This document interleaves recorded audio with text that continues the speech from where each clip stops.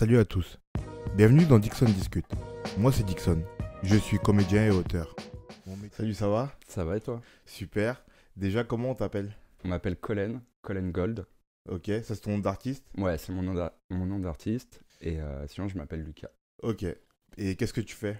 Je fais du collage avec une technique de peinture. Du coup, je l'ai appelé ça le déchirisme. Ça consiste à déchirer plein de petits bouts de papier et à les coller. Et à faire du réalisme, mais en pointillisme en fait. Ça veut dire que c'est une technique que tu as inventée? Tu l'as nommé toi comme ça, le déchirisme? Moi, je l'ai appelé comme ça. Après, dire inventer, c'est un peu grand. Je pense que je me suis approprié quelque chose. Et il y en a sans doute d'autres qui le font, mais j'ai pas encore vu. Et du coup, t'es plus colleur ou peintre? Ou les deux à part En égale? fait, je pense que je suis plus colleur ou collagiste.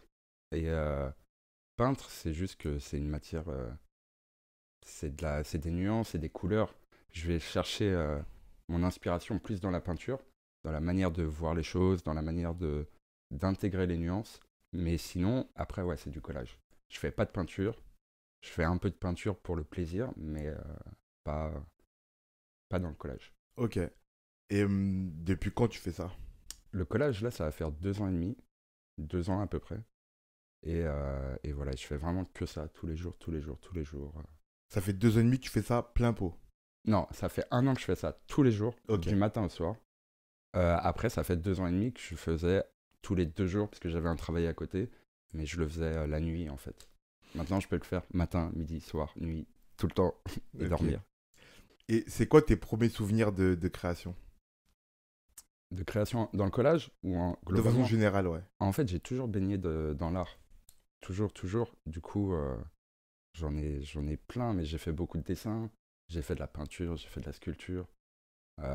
Premier souvenir, ce serait des écoles ou avec mes premiers maîtres d'art, des choses comme ça. T'as fait une école d'art? J'ai pris des cours quand j'étais bien plus jeune. Et après, plus tard, j'ai fait une école de graphisme, mais je suis resté quelques mois parce que ça m'allait pas du tout. Sinon, en termes de diplôme, d'école, j'ai aucun diplôme, rien. Ok, tu t'es formé tout seul. Moi, je me suis formé tout seul, j'ai arrêté l'école très très jeune. Et j'ai préféré aller dans la vie active. J'ai travaillé dans le bâtiment, dans plein de choses.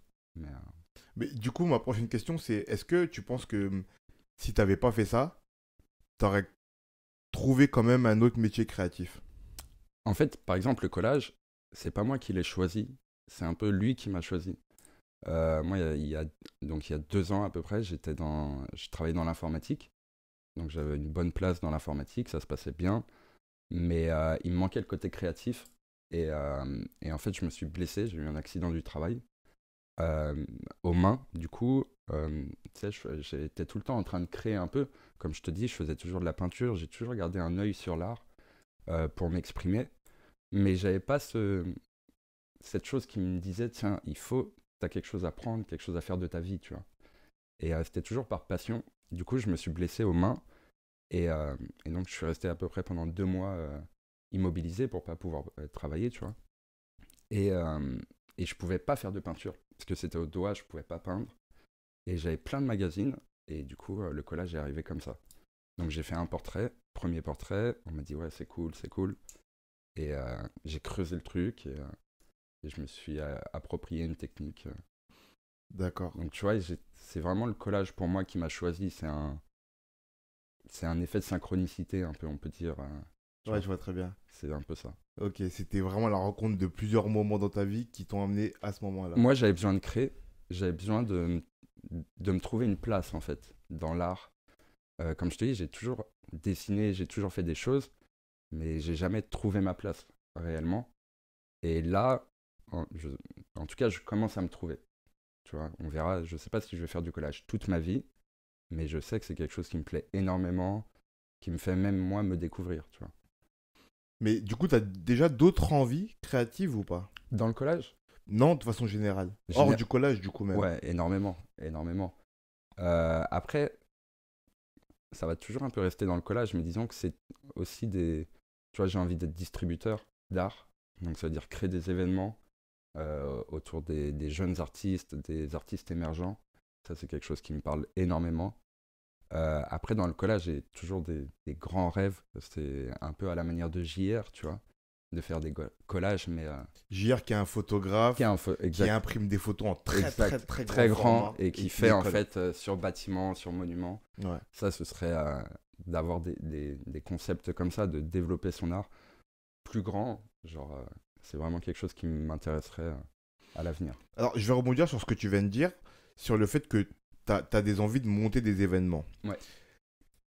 Est-ce que pour toi, ça, c'est un métier qu'on peut appeler artistique? Est-ce que ça fait Bien partie de sûr, l'art pleinement? bien sûr. Bien Juste le sûr. fait de créer les événements. Créer de l'événement, après, moi je vais rapprocher ça comme un directeur artistique en fait. Créer de l'événement, c'est pas pour moi juste rassembler, c'est aussi créer une idée d'événement en fait. C'est pas seulement rassembler des artistes, mais peut-être créer un thème, créer toute la démarche artistique. Quand je dis créer un événement, c'est pas juste créer un moment en fait, c'est vraiment créer tout un monde artistique. Donc, et rassembler des artistes qui, qui s'accordent avec ce monde ou avec ses côtés éthiques, ou c'est plus de ce côté-là. Après, louer une salle, c'est très facile. Tu déposes l'argent, tu loues une salle. Non, Ouais. c'est vraiment créer un événement, comme une édition, si tu préfères. Tu vois, qui serait tous les ans. Réunir les artistes, trouver la Exact, direction artistique de cet événement et tout. exact. Coco, Ok. exact, ouais. Là, une question qui me vient là, c'est à quel degré de créativité ou d'enthousiasme créatif Hmm. on met une toile qu'on colle pour soi et une toile qu'on colle sous commande? Honnêtement, il y a peu de travaux dont je suis fier aujourd'hui. Donc, parce que, je sais pas, j'ai toujours cette. Comme je te dis, je suis toujours en recherche. Donc, plus j'avance, et c'est pas, je vais pas être fier de l'autre, mais comme je suis toujours dans une, euh, une évolution, forcément, ton ancien travail, tu l'aimes moins. Mais je pense que la commande t'apporte une satisfaction qui est plus grande. Si on parle uniquement de création, parce que si on parle d'une création qui émane de toi et qui est vendue après, forcément la satisfaction elle est énorme, vu que c'est ton projet, c'est ton âme. Vraiment, tu t'as fait ça pour toi de base. Et donc on aime ce que tu fais pour toi.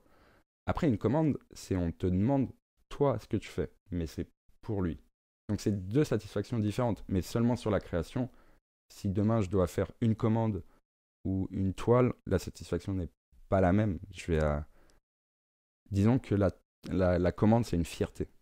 Tu vois, ça va m'apporter une fierté de me dire, waouh, on me demande quelque chose, tu vois.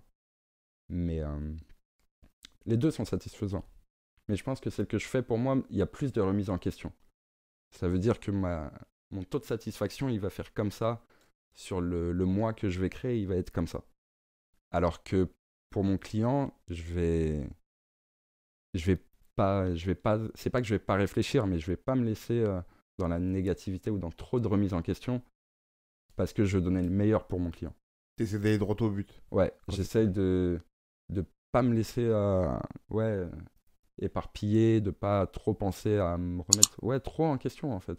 Parce que quand tu crées, comme tout artiste, je pense, quand tu remets en question ton travail, tu remets un peu en question toi-même, tu vois. Ah ouais, ouais, grave. Donc, faut pas trop, ça peut te miner le moral, et en même temps, tu vois, quand tu fais des super bonnes sessions ou des super bonnes réalisations, t'es au paradis. Il faut aussi savoir se dire, ok, c'est cool, tu vois. Mais je veux dire, cette question, elle me vient parce que je me demande. Déjà, je sais pas comment ça se passe. Si moi, je veux faire une commande Ouais. du travail de Colin, euh, je dois lui laisser libre cours et du coup, je veux juste une toile de collage et lui, il me donne ce qu'il veut. Ou est-ce que je peux lui dire, ben, moi, je veux une toile, mais qui ressemble à ça ou qui dépeint tel sujet? Comment ça se passe? En fait, c'est un peu un mélange des deux. C'est vraiment, si tu viens me voir et que tu me dis, je veux un portrait de ma fille qui a 2 ans, je vais te dire, c'est pas pour moi, très honnêtement. Maintenant, tu me dis, voilà, j'ai une très très belle photo, je sais pas, de quelqu'un pas de connu ou même de connus, mais là, ça commence à être plus compliqué. Je préfère faire les personnes pas connues, mais tu me dis, j'ai une très belle photo de, je sais pas, d'un corps ou n'importe. Je vois, et après, on part sur du collage. Si tu me dis, je veux deux corps ou une femme ou un homme ou un portrait comme ça, bah là, je te fais une proposition. Et voilà, il n'y a pas de... Après, pour le temps, bah, je te donne un temps, je te dis, voilà, ça dans tant de temps, parce que moi, je mets pas mes projets perso de côté, donc je ferai en même temps. Mais je vais pas mettre mes projets perso pour de l'argent, entre guillemets. Du coup, quand tu me dis un mois, c'est un mois en travaillant sur plusieurs projets en même temps? En fait, j'arrive à... Si j'ai pas de commande, je vais quand même prendre un mois. Disons que je vais plus travailler si j'ai plus de travail.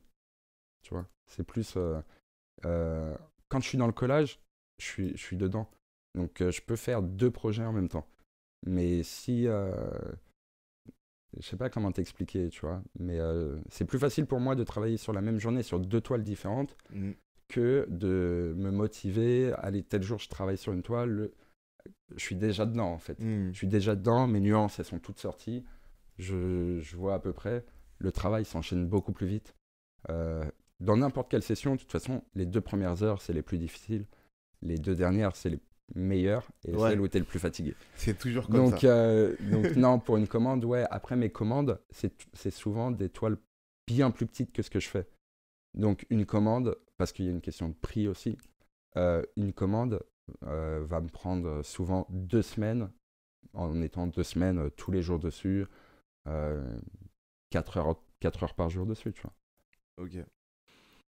Est-ce que par ton travail, tu essaies de véhiculer un message?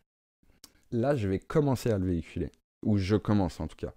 Euh, Déjà parce que, comme expliqué, je ne pouvais pas faire passer le message uniquement par une technique, ou en tout cas, le message a été entre guillemets un peu reçu, mais uniquement par les professionnels de l'art qui savent analyser. Chose que même moi, je ne sais pas faire, mais ils m'ont sorti, tu vois, une analyse, ils m'ont dit, ah ouais, t'es comme ça, tu fais ça, ça, ça, ça, ça. On peut te dire, tu sais, ils ont lu en moi, tu vois. Et j'étais là en mode, ok, ok. Mais c'était que par la technique, le fait de déchirer, tu vois. Et là, je commence à faire un peu passer mes messages, notamment par mes prochains travaux ou mes travaux actuels. Et Et c'est quoi ce message, si tu peux déjà en parler, juste le message? ouais, je peux en parler brièvement. En fait, moi, je me bats, entre guillemets, ou les messages que je veux faire passer, c'est vraiment les messages d'amour et de diversité. Ça, c'est un mot qui m'est très cher, la diversité, puisqu'on parle beaucoup de diversité culturelle, diversité ethnique, géographique, toutes les diversités qu'on veut. Mais en réalité, pour moi, la diversité, c'est vraiment un objet de rencontre. Et, en fait, ça, on l'oublie beaucoup. Et, et pour moi, les messages que je veux faire passer, c'est qu'on a tendance à souvent oublier que on est tous différents, vraiment avec des parcours différents, des manières de penser différentes, mais dans le réel, on a les mêmes valeurs, on a les mêmes types d'amour, on a les... Tu vois, quand t'enlèves le masque et que t'es vraiment tout seul, en fait, on pense tous pareil. Et ça, c'est des messages que je veux véhiculer. Les messages de arrêtez de regarder à côté, regardez-vous en face, et en fait, tu vois, il n'y a pas de différence réellement. Tu vois, on aime tous nos papas, nos mamans, ou on les aime pas, ou tu vois, Hmm. tu vois, il y a toutes les familles sont compliquées, tous en fait, tu vois. Et ça, c'est quelque chose qui me parle beaucoup. Et il n'y a pas de difficulté à faire véhiculer des messages quand on s'exprime par un médium qui est si complexe que la technique que tu m'as Si, expliquée. je pense. Si, je pense. Même, tu vois, comme on parlait tout à l'heure, que moi, beaucoup de gens pensent que je fais de la peinture, mais ça, c'est de la communication. Je suis encore tout petit et je vais trouver le moyen de communiquer ce message, en fait. Mais c'est vrai que c'est pas encore le cas aujourd'hui. C'est pas encore le cas. C'est un peu ouais, complexe d'exprimer, mais c'est pour ça qu'il y a les expos. Et, euh, et Bon, ça, pour c'est l'instant, important. Pour l'instant, ouais, non, mais ça va ouais. reprendre tout doucement. Mais après, Instagram, le côté virtuel, pour moi, c'est une vitrine liée à la génération dans laquelle je suis, tu vois. Mais mes messages, je vais les faire passer dans la vie réelle, en, concrètement. Parce que si tu vois mes travaux, Sur Instagram, tu peux pas voir. Tu peux voir que l'esthétisme, mais tu peux pas voir la matière. D'accord. Et comment on fait quand on a longtemps, comme toi, cherché la technique qu'il fallait, Mhm. je dirais pas parfaite parce que je sais que tu me contredirais, Non, elle est pas parfaite. mais je dirais la technique qu'il faut pour atteindre, au moins toucher du doigt ce qu'on veut faire. Comment on fait après quand on passe à purement l'expression de ce qu'on a envie de faire? Comment on fait pour se critiquer et faire son autocritique, tu vois, sans être trop dur avec soi? Parce qu'on Mhm. là, si je prends un peu la chronologie, en vrai, là, tu es purement dans le démarrage de ta pure expression. Total, On est d'accord. total, ouais. Comment tu fais pour pas être trop dur avec toi et pouvoir quand même livrer tes œuvres, sachant que tu as passé une année, voire plus, à techniquement Ouais, être je vois ce habilité que à tu faire veux ce que tu dire. veux faire? Je vois ce que tu veux dire. Euh, Ouais, ouais, ouais. Ouais, c'est un peu complexe. Euh, J'avoue, je sais pas comment j'ai fait. Ou comment je vais faire. J'ai même oublié la question, Dixon. Mais en soi, la question, c'est juste est-ce que t'arrives à être pas trop dur avec toi pour Non. pouvoir proposer ce que tu as Ouais, ok. proposé? Euh, En fait, oui et non. Je crois que je resterai toujours dur avec moi-même, tu vois. C'est ça qui me permet de toujours trouver un truc en plus et à pas m'ennuyer aussi, tu vois, à pas rester posé sur ses acquis. Mais en vrai, pour moi, il y a un moment clé en fait dans la toile. C'est le moment où le plus, il devient vraiment l'ennemi du bien, tu vois. Et il y a un moment où la toile, elle commence à, à dicter sa loi. C'est très bizarre, mais je pourrais la modifier autant que je veux. En fait, il y aura toujours un truc qui me déplaît. Et j'ai commencé à comprendre que c'est ce moment-là où je lâche. Après, si on parle même le, dans le projet, dans le fond du projet, c'est une remise en question tout le temps. Tout le temps. Et je pense que c'est très dur de ne pas être difficile avec soi-même. Tu vois, là, je t'ai dit, j'ai fait des shootings, donc ça a demandé beaucoup de préparation, que ce soit avec les photographes ou avec les modèles, pour caler tout ça. Après, il y a eu des montages photos, il y a eu beaucoup de choses. Et là, je fais les collages, et parfois, je me dis, est-ce que mon sujet, il est bon, en fait, tu vois? Et ça remet tout en question, alors que tu as beaucoup, beaucoup de travail qui est derrière, et que tu peux pas, en réalité. Il faut aussi se dire, non, ok, ouais, c'est bien. C'est bien ce que tu fais, et vas-y. Donc, tu vois, tu gardes toujours un petit peu euh, tu vois, tu joues un petit peu sur les deux pieds. Ça veut dire, il y a des moments, il faut que tu sois content de toi. Il y a des moments, il faut aussi que tu te dises, ouais, ce que tu fais, c'est pas top. Même si c'est top, tu vois.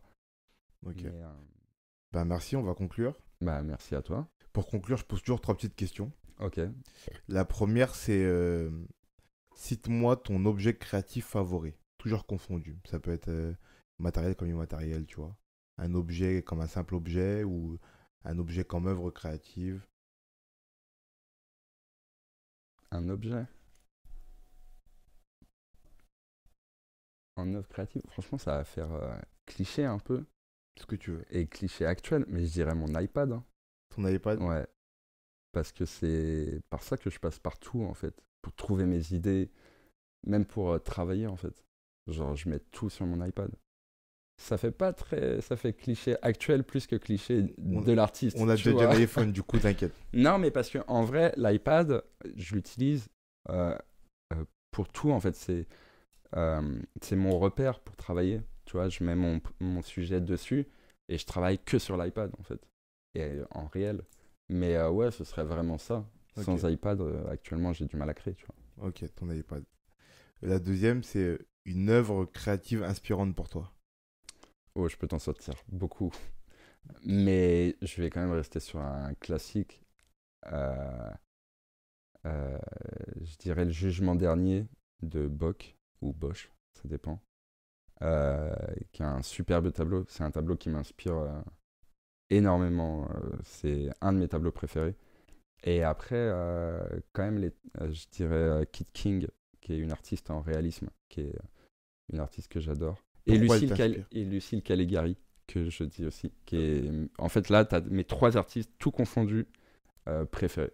Et pourquoi elle t'inspire? Euh, Bosch, c'est vraiment pour le monde, en fait, qu'il a exprimé.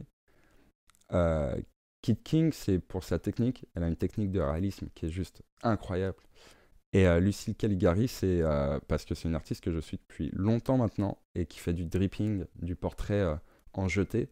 Et je me retrouve beaucoup. Elle m'a beaucoup, beaucoup inspiré pour le collage. D'accord.